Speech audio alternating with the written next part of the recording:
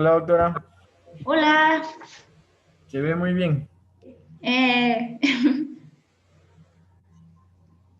Ya cuando usted me diga, bueno, igual ya se está grabando, pero nosotros recortamos desde que inicia la presentación. ok, entonces ahorita me presentan ustedes o ya doy inicio a mi plática.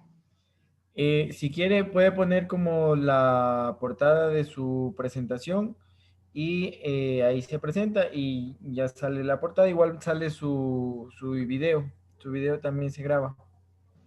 Mm, a ver, permítame. O mejor, así como usted dice. ¿Sí se ve mi pantalla? Ajá.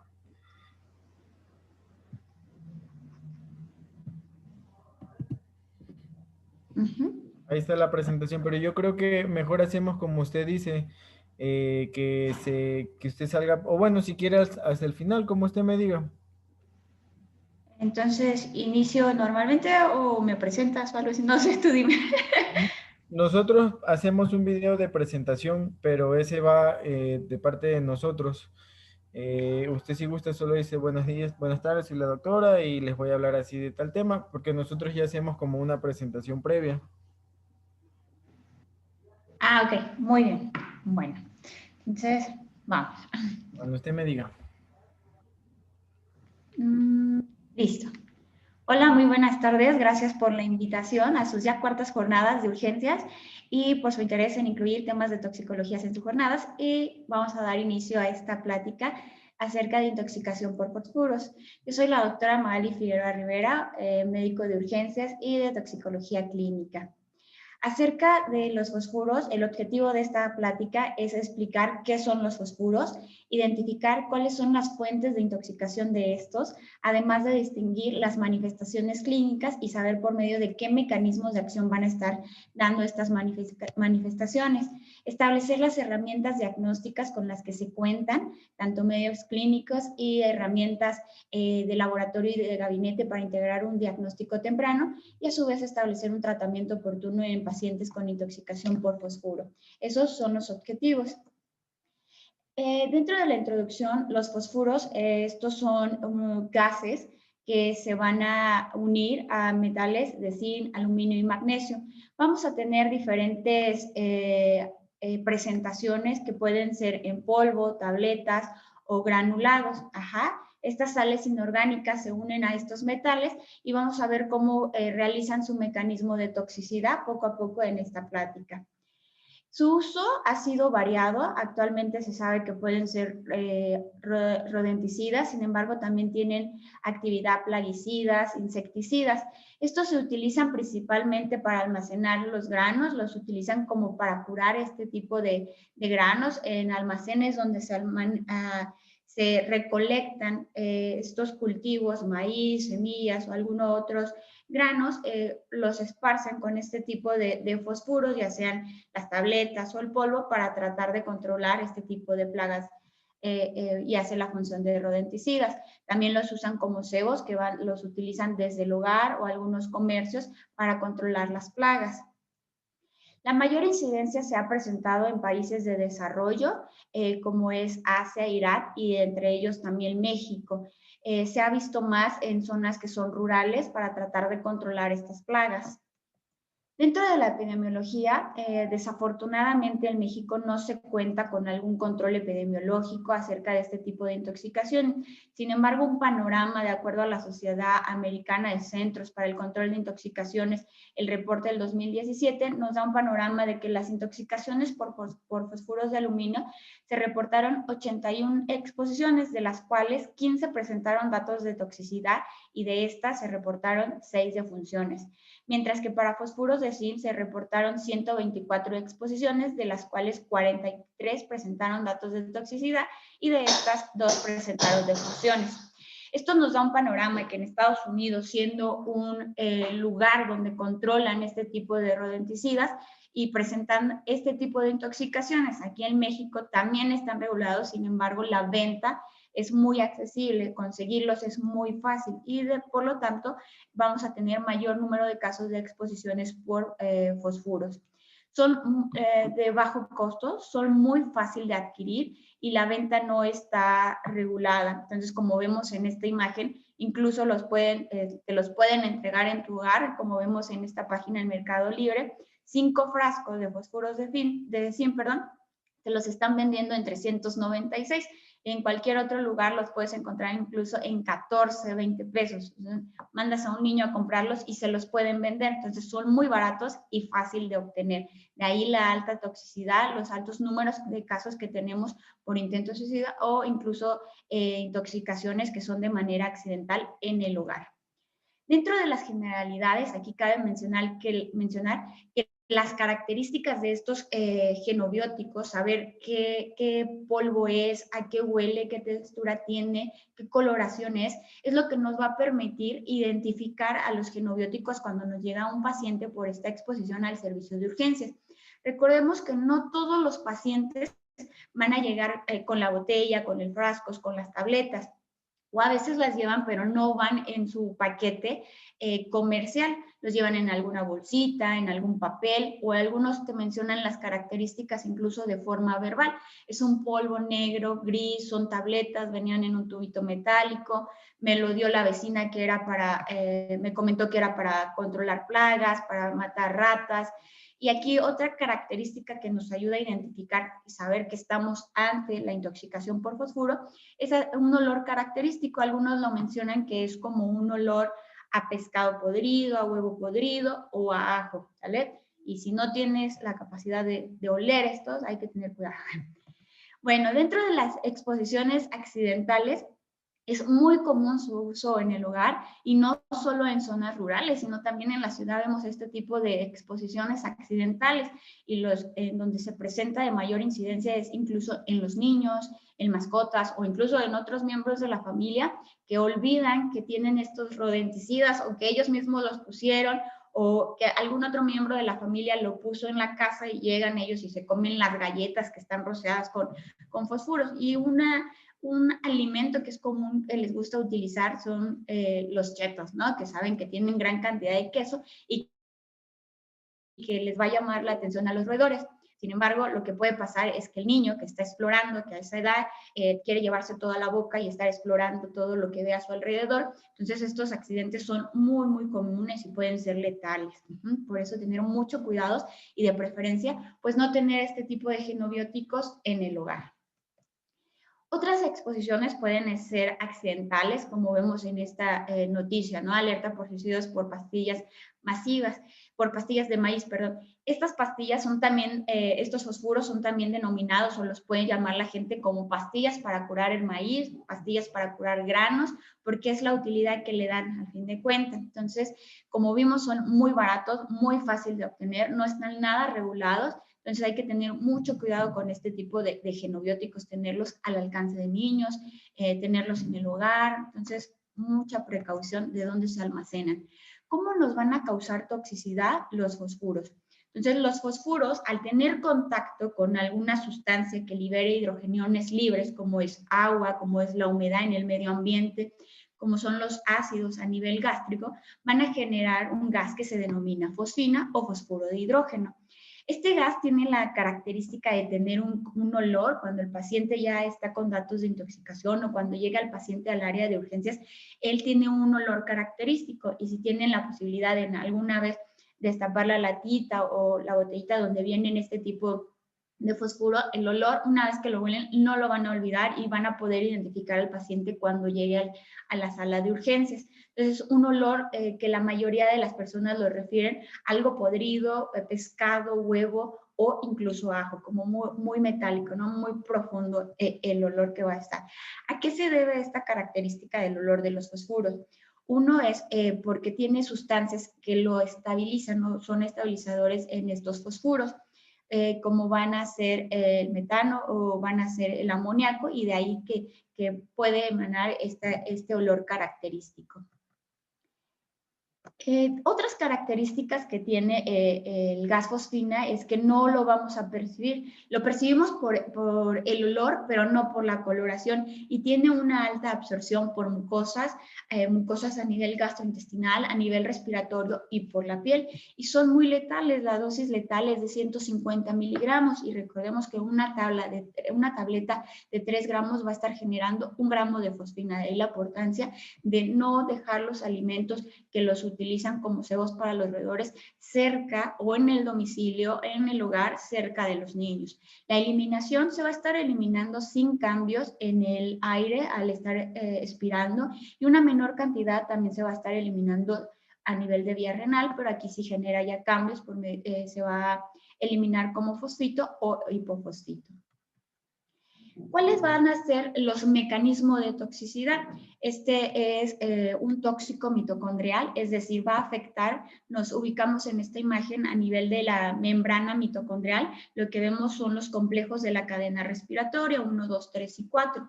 Los fosfuros van a tener afinidad por el cuarto complejo de la cadena respiratoria, o también denominada citocromo C oxidasa.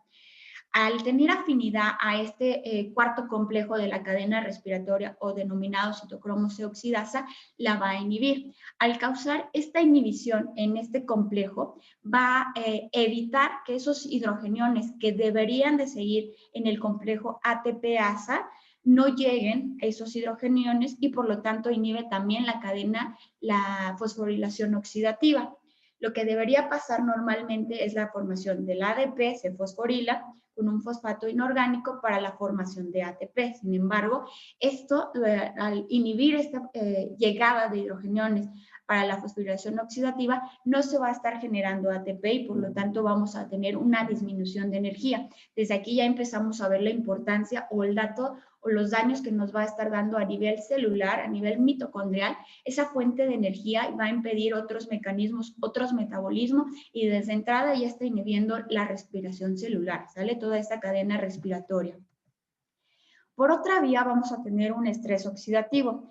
Esta síntesis de especies reactivas de oxígeno va a causar una peroxidación lipídica. Esto va a generar a su vez una alteración en la permeabilidad de la membrana celular. Esto pueden tomar diferentes vías. Alterar la membrana a nivel celular va a llevar a una alteración a nivel de la introducción en el calcio intracelular. Recordemos que este actúa como segundo mensajero. Por lo tanto, también va a haber cambios a nivel enzimático, una inhibición enzimática. Si hablamos específicamente de fosfuros de aluminio, estos van a generar una inhibición de la colinesterasa, y por lo tanto también inhibición o disminución de proteínas.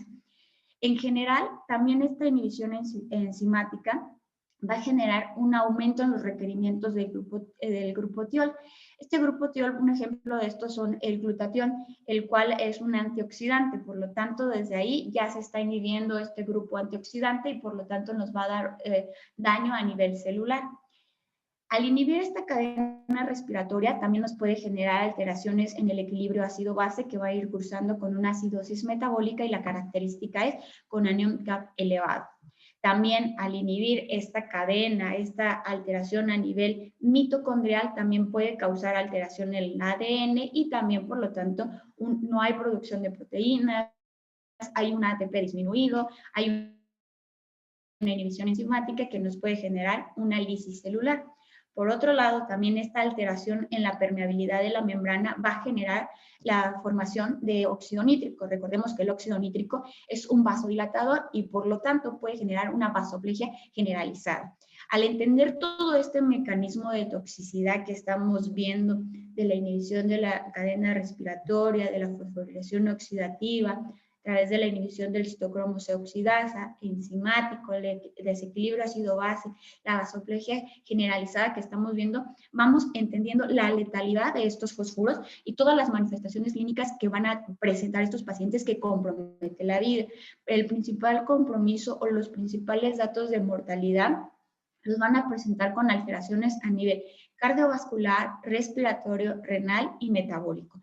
Como vamos a ver, las manifestaciones clínicas a nivel cardiovascular, el paciente puede cursar desde hipotensión, trastornos del ritmo, de conducción, bradicardia, pericarditis por esta alteración en la permeabilidad a nivel celular, y esto puede generar un choque cardiogénico también por la vasoplegia generalizada que está presentando el paciente, y a su vez puede presentar un paro cardiorrespiratorio. Entonces son muy letales, por lo tanto, y ya vimos con pequeñas cantidades se alcanzan a las dosis letales. Entonces, mucho cuidado en cómo manejamos, en cómo integramos el diagnóstico y cómo estamos manejando a este tipo de pacientes, no minimizar las manifestaciones que presenten los pacientes. A nivel respiratorio, el paciente puede cursar con disnea, taquipnea, estertores y sibilancias. Puede haber un aumento en la producción de surfactante, que esto va a disminuir la permeabilidad a nivel alveolo capilar y por lo tanto generar un edema pulmonar, una insuficiencia respiratoria y cursar con hipoxia. A nivel renal y metabólico se da un daño endotelial que genera una lesión renal aguda que puede llevar a un desequilibrio hidroelectrolítico, principalmente sodio, potasio, magnesio, y que a su vez esto hace que el paciente sea más susceptible de presentar trastornos en el ritmo. También pueden presentar un desequilibrio ácido-base, que mencionamos la característica sería una acidosis metabólica con un anion gap elevado. Otras manifestaciones van a ser a nivel del sistema nervioso central, cefalea, ansiedad, agitación, vértigo, o el paciente puede estar con crisis convulsivas. Dentro de las manifestaciones gastrointestinales pueden ir desde las más leves a más severas. Puede cursar dolor abdominal, náusea, vómito, estar con intolerancia a la vía oral, y aquí se agrega la insuficiencia hepática. Recordábamos que dentro de los mecanismos de toxicidad a nivel enzimático se está bloqueando, se está inhibiendo los grupos TIOL, que son antioxidantes, aumentan los requerimientos de glutatión y por lo tanto eso puede generar una insuficiencia hepática. A nivel hematológico, el paciente puede cursar con una hemólisis. Partículas muy pequeñas de este gas fosfina va a tener afinidad por la hemoglobina y por lo tanto así generar hemólisis, o en algunos casos se han reportado methemoglobinemia.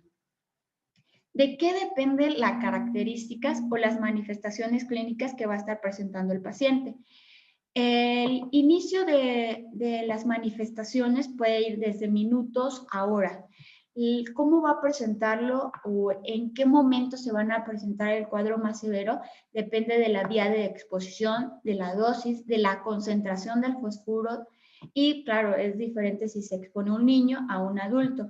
La mayor mortalidad se ha registrado incluso de las primeras 24 a 8 horas, de aquí la importancia de esperar un poco, mantener un poco más en vigilancia al paciente en el área de urgencias, no minimizar las intoxicaciones. Y los datos de mayor mortalidad o letalidad que nos hable de que ese paciente probablemente requiere un mayor abordaje van a ser la presencia de arritmias, un desequilibrio ácido-base, una disfunción respiratoria o que ya esté presentando datos de choque. Ahora, ¿qué diagnóstico o qué herramientas cuento yo en el servicio de urgencias para integrar un diagnóstico oportuno y dar un tratamiento temprano al paciente? La sospecha clínica, es decir, la mamá que siempre está cuidando al niño y que por algún momento el niño, recordemos, los niños son rápidos, pero los genobióticos más. Entonces, que de repente lo descuidó y el niño ya estaba con el cheto que también estaba bañado en fosfuro, ya lo tenía en la boca. Entonces, cuando llega al hospital, saber hacer el interrogatorio, ya vimos algunas características, saber qué color tenía, si llevan el botecito sería de mucha utilidad, pero no siempre se puede contar con este. Qué color tenía, las características, si es polvos, tabletas, granulados, qué olor tenía, y el paciente cuando llega también, qué olor va a tener este paciente, las características propias del paciente, si el paciente está tomando algún medicamento o ya padece alguna enfermedad que pueda aumentar la mortalidad.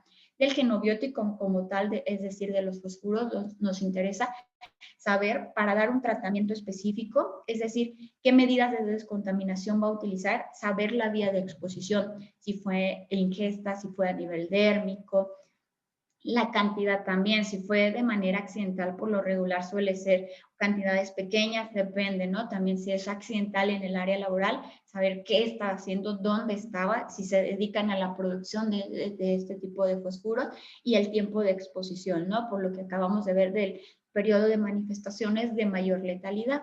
En relación al entorno, pues habíamos mencionado que cuando son de manera intencional, por lo regular, son mayores las dosis que suelen utilizar. Y aquí, muy importante, si es intencional, descartar o no la presencia de congestas, algún otros medicamentos o alguna otra sustancia genobiótica que haya utilizado de manera intencional. Hay que recordar que incluso algunas presentaciones de fosfuro, vienen combinadas con otros genobióticos, con otros compuestos, como son los organofosforados y carbamatos, lo cual nos cambia totalmente el panorama y hablamos de cuadros más severos y que el tratamiento podría variar. En relación a los laboratorios y gabinete con los que cuento para integrar un diagnóstico, van a ser las pruebas de función hepática. Recordemos una disminución o aumento en los requerimientos de glutatión y una disminución en la producción nos llevan a una alteración hepática, entonces lo vamos a ver reflejado en la elevación de transaminasas. Los electrolitos séricos que nos van a ayudar de inicio y de control para descartar alguna alteración, tratarla de manera inmediata para evitar trastornos en el ritmo. Los de mayor alteración que se encuentran en intoxicación de fósforo van a ser potasio, sodio y magnesio. La química sanguínea para vigilar la función renal por esta lesión endotelial que se da. El test de nitrato de plata, recordemos que se obtiene contenido gástrico si este fue ingerido, pues se obtienen contenidos gástricos en una tira con nitrato de plata. Si esta cambia de color, nos habla de una exposición positiva a fosfuro. Un electrocardiograma, desde nuestro abordaje sabemos si son genobióticos que nos van a dar alteraciones en el ritmo. Será de inicio tener un electrocardiograma y otros seriados para ver que este no se vaya presentando más adelante. Una radiografía de abdomen. Si son dosis masivas, probablemente sí se llegue a ver en los estudios de imagen. Una radiografía de abdomen también será por esta lesión pulmonar que comentábamos que se va a estar generando, y una gasometría arterial. Aquí la gasometría es muy importante también hacerla de manera inicial y otras que se van a estar tomando de controles. Este es un artículo muy bonito, también publicado por médicos adscritos del Centro Toxicológico, que se denomina Liberas pH, 11 causas de acidosis metabólica de brecha amiónica amplia. Son diferentes partes, hasta ahorita se ha publicado esta parte y nos habla de esos 11 genobióticos, y para recordarlo, los que causan acidosis metabólica con anión GAP elevado, la mnemotecnia es Liberas pH. Y aquí encontramos a los fosfuros, acidosis metabólica con anión GAP elevado, y que otra característica es la elevación del lactato. Entonces la gasometría será de utilidad porque además ya vimos que dentro de las primeras 24 a 48 horas, si ya está presentando alteraciones en el equilibrio ácido-base, nos habla de un paciente que probablemente requiera mayor reanimación o mayor énfasis en el tratamiento que estamos dando.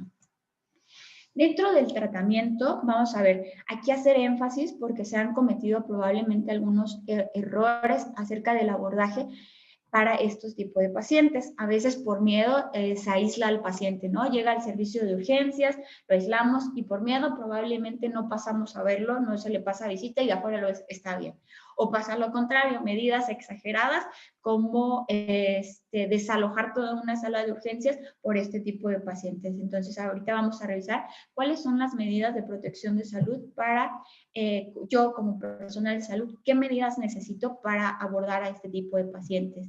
Y de inicio, retirar al paciente del genobiótico. La ropa, retirarla y colocarla en bolsas y aislarla, ¿sale? Entonces, retirar el genobiótico para que no siga en contacto.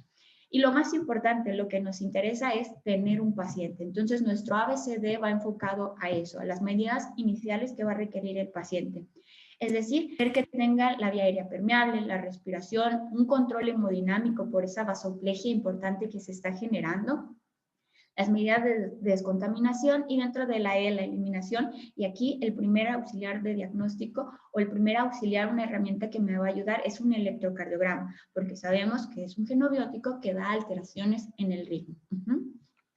Ahora, de acuerdo a la protección al personal de salud, de acuerdo a la Agencia de Protección Ambiental, la EPA por sus siglas en inglés, nos da una recomendación de un nivel de protección. ¿En qué consiste este nivel de protección?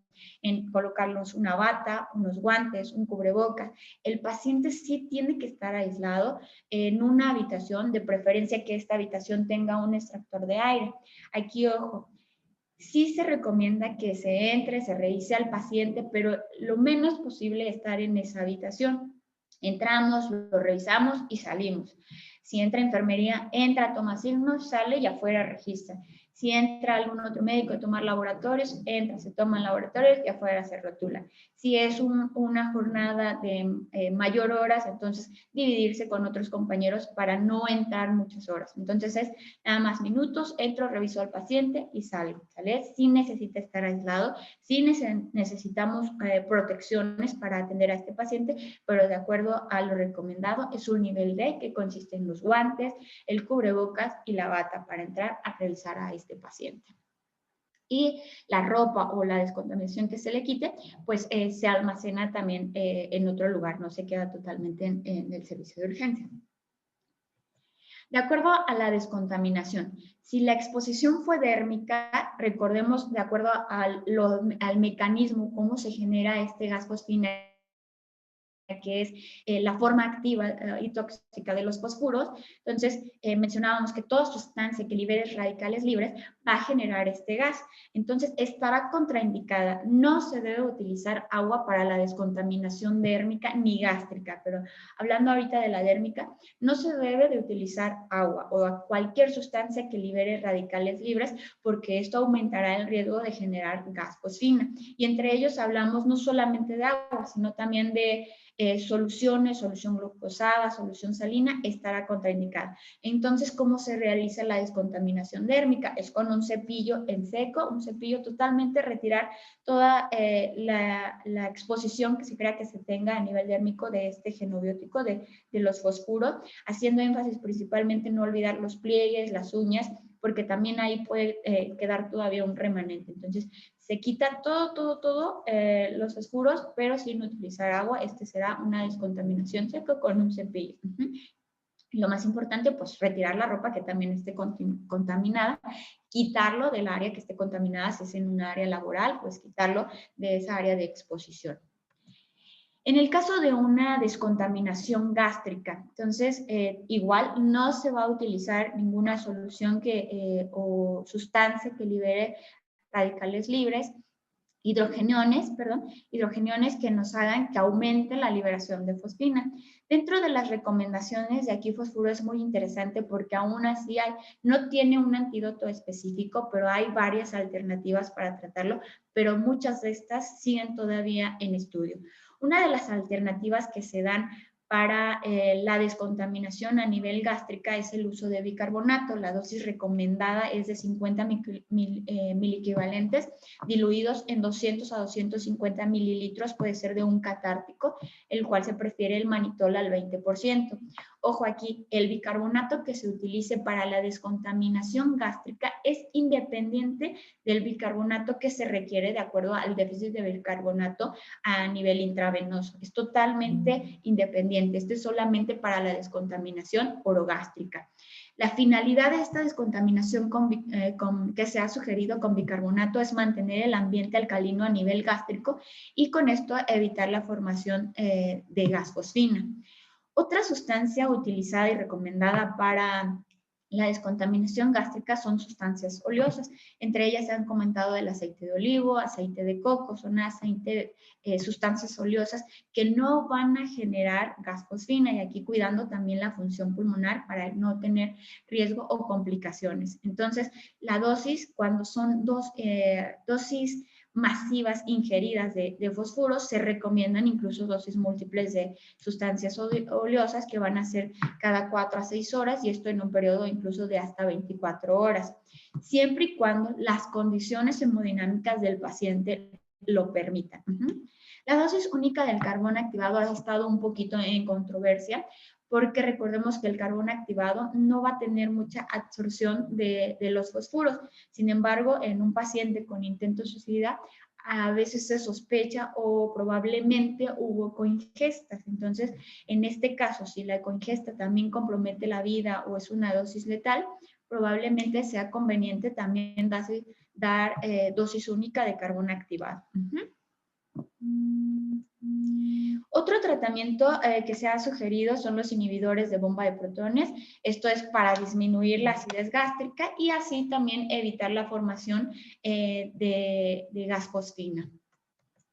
Entonces, el tratamiento en general va enfocado a un soporte cardiovascular, es decir, dar volumen, vasopresores por datos de choque que puede generar, trastornos del ritmo, eso sí se tratará como el protocolo de arritmias, y las alteraciones electrolíticas, tratarlas de manera inmediata, detectarlas para dar un tratamiento, principalmente vigilar potasio, sodio y magnesio, y al tratarlas de manera temprana evitaremos el riesgo que tienen estos pacientes para presentar las alteraciones en el ritmo. Entonces, sabemos que no se tiene un antídoto específico para este tipo de intoxicaciones, pero se han sugerido varias medidas, entre ellas el sulfato de magnesio. Han realizado varios estudios para integrar algunos esquemas, sin embargo, todo sigue todavía en estudio. ¿Para qué nos va a servir el sulfato de magnesio? En caso de desequilibrio hidroelectrolítico, en caso se ha sugerido que presentan pacientes que han recibido sulfato de magnesio, tiene el menor riesgo de presentar arritmias, además de que tiene otros efectos como estabilizador de membrana y como tal un antioxidante. Este es un artículo publicado en la revista de toxicología en el 2019 acerca de la intoxicación por fosfuros de aluminio y zinc. En este proponen dos esquemas intravenosos de sulfato de magnesio. El esquema intravenoso 1 propone 4 gramos en bolo, seguido de 2 gramos en 1 hora, posterior 1 gramo cada 3 horas hasta recuperar o fallece o se recupera. El esquema 2, también intravenoso, es 1 gramo en infusión para 1 hora, seguido de 1 gramo en infusión cada hora por 3 horas y 1 gramo cada 6 horas, máximo 5 horas. Este estudio lo recibieron pacientes que tenían alteraciones en el ritmo, que estaban hipotensos, y lo que concluyeron con este estudio es que pacientes que recibían de forma temprana el sulfato de magnesio tenían menor riesgo de presentar alteraciones en el ritmo, o aquellos que los presentaban les iba muy bien, respondían muy bien al sulfato de magnesio. Sin embargo, cuando quisieron repetir estos mismos esquemas y replicarlos para hacerlos ya como una guía o un tratamiento alternativo de este tipo de intoxicaciones, no se han obtenido los resultados que se esperaban. Comparando con los controles en estos estudios de aquellos pacientes que sí recibieron el sulfato y aquellos que no lo recibieron, sí vieron alta mortalidad en aquellos que no lo recibieron, pero hasta el momento no fue estadísticamente significativo, por lo cual siguen estudios. ¿Se recomienda? Sí, pero aún un esquema como tal no se ha establecido y se proponen estos dos. Otro tratamiento que se recomienda como antioxidante es el N-acetilcisteína. Sabemos que es el tratamiento o el antídoto en caso de intoxicación por paracetamol. Aquí lo que va a hacer va a ayudar a la formación de ese grupo tiol para la formación de glutatión, que es un antioxidante, es como va a funcionar en el caso de una intoxicación por fosfuro. La dosis recomendada es de 150 miligramos por kilo día. La presentación IV y oral. IV hay que cuidar en caso de que se cuente en su unidad, es muy caro, muy difícil de conseguir, pero si lo llegan a tener disponible, hay que cuidar su uso, vigilar datos de hipersensibilidad, mientras que la presentación oral se va a recomendar por vía nasogástrica cada 8 horas. Y aquí vigilar la tolerancia o no a la vía oral, si es vía oral, y si no, pues se tendrá que dar por la sonda. Ojo, aquí la presentación que es vía oral, se debe continuar vía oral. No es que es vía oral se va a pasar IV, no, lo que es vía oral, y la presentación solamente que se tiene IV, esa se administrará por esa vía. Aquí cabe mencionar otro antioxidante que es el ácido ascórbico. La dosis recomendada es de 40 a 60 miligramos y está sin pasar los 2 gramos. Aquí lo mismo va a ser un antioxidante por este bloqueo enzimático que se está generando. Como conclusiones, en el caso de intoxicación por fosfuro, es el reconocimiento temprano de la exposición. Ya vimos las características que nos puede comentar el paciente, el olor, cómo es el polvo, cómo es granulado, cómo son las tabletas, por qué lo tienen en casa, para qué lo utilizan, para que nos oriente a saber ante qué exposición estamos tratando al paciente, ¿no? Porque no siempre nos van a llevar la botellita o tardan en conseguirla, pero por mientras ya sabes qué hacer o qué no hacerle al paciente. Sabemos que la protección para el personal de salud que atiende a este tipo de pacientes por intoxicación de fosfuro, de acuerdo a lo que revisamos, es un nivel D de la EPA, en el cual va a consistir en bata, los guantes, el cubreboca, y el paciente sí debe de estar aislado con una habitación con extractor del aire. Y ya vimos que está totalmente contraindicado realizar una descontaminación dérmica o gástrica con agua, porque esto va a generar la formación de gas fosfina. Y en caso de dérmica es una descontaminación en seco con un cepillado, mientras que gástrica se prefieren sustancias oleosas o sigue en estudio también el uso de bicarbonato. El manejo de medidas de soporte, como mencionamos, no se tiene un antídoto específico para este tipo de intoxicaciones, pero lo importante es tratar las presentaciones o las manifestaciones que te esté dando el paciente. Se trata al paciente, no al genobiótico. Y debido a que no se tiene un antídoto específico, tenemos otras alternativas con antioxidantes, el sulfato de magnesio, vigilar los electrolitos y tratar el riesgo que tienen de presentar alteraciones en el ritmo o riesgo de presentar choque. Muy bien, esta es una noticia que estuvo como muy sonada, en el cual mencionaron se desalojan urgencias de X hospital por un paciente intoxicado. Fue un caso muy conocido porque llamó mucho la atención que desalojaran o que hubo tanto movimiento en ese hospital. El caso era un paciente de la 4ª década de la vida, el cual viajaba desde Tabasco a la Ciudad de México, conductor de un camión, el cual llevaba cacao, el cual era tratado o le habían colocado estas tabletas de fosfuros. Durante el transcurso del trayecto desde Tabasco a la Ciudad de México, con la humedad se fue generando este gas fosfina. Al llegar a la Ciudad de México, este paciente presenta datos de intoxicación, llega a este hospital, le fue muy bien, desconozco acerca del tratamiento específico, pero lo que llama la atención es las medidas que realizaron, ¿no? El desalojar el servicio de urgencias. De acuerdo a lo que acabamos de ver, esto sucedió en noviembre del 2006. De acuerdo a lo que acabamos de ver, pues las medidas de protección que utiliza, que se requiere para el personal y las medidas que se requiere del paciente. Aislarlo totalmente en una habitación con extractor del aire, estar el menos tiempo posible dentro de la habitación con el paciente intoxicado por fosfuro. Aquí la pregunta es, ¿qué hubieran hecho ustedes? Entonces hubo varios comentarios acerca de que se hicieron bien, hicieron mal. Entonces, al término de esta plática, pues ya vimos que esta medida no es necesaria y que al contrario, ponemos en riesgo a los pacientes que sí requieren estar en esa sala de urgencias por algún otro motivo y que tal vez tuvieron que desalojarlos, darlos de alta, moverlos a otros servicios, ¿vale? Entonces, pues aquí otra noticia.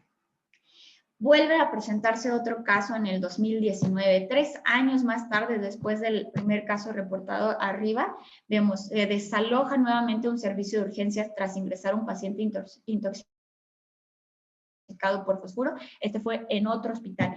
Esto nos lleva a concluir que no estamos preparados para atender a este tipo de pacientes, que no hemos investigado cuáles son realmente las medidas que se requieren. De ahora en adelante esto no puede seguir pasando, ya sabemos cuáles son las medidas de protección para personal que está en primer contacto para tratar a este paciente y cuáles son las medidas que debemos de manejar al paciente, cuáles son los tratamientos iniciales debido a la falta de un tratamiento, de un antídoto específico.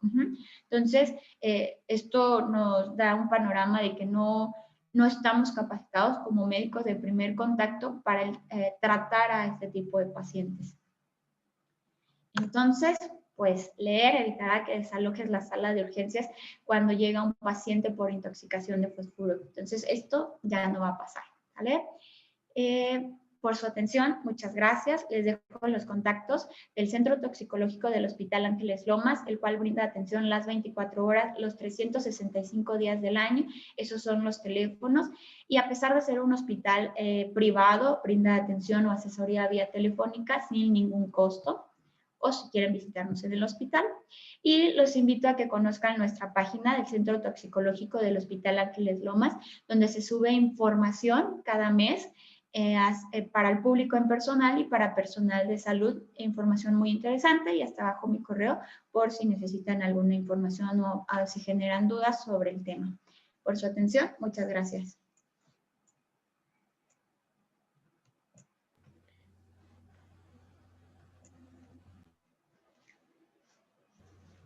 Muy bien, doctora. Te dormiste, ¿verdad? Muchísimas gracias. No, aquí la estuve escuchando. Ok. Que le puso en negrito lo del Hospital de la Raza. Sí. Sí. Muy bien, Muy doctora. bien. Muchísimas gracias. Nosotros le vamos a editar esta parte y vamos a subir solamente la presentación. Ok, muchísimas gracias. Muy bien. Le voy a seguir escribiendo por el WhatsApp. Perfecto. Gracias, cuídate mucho. Gracias, doctora.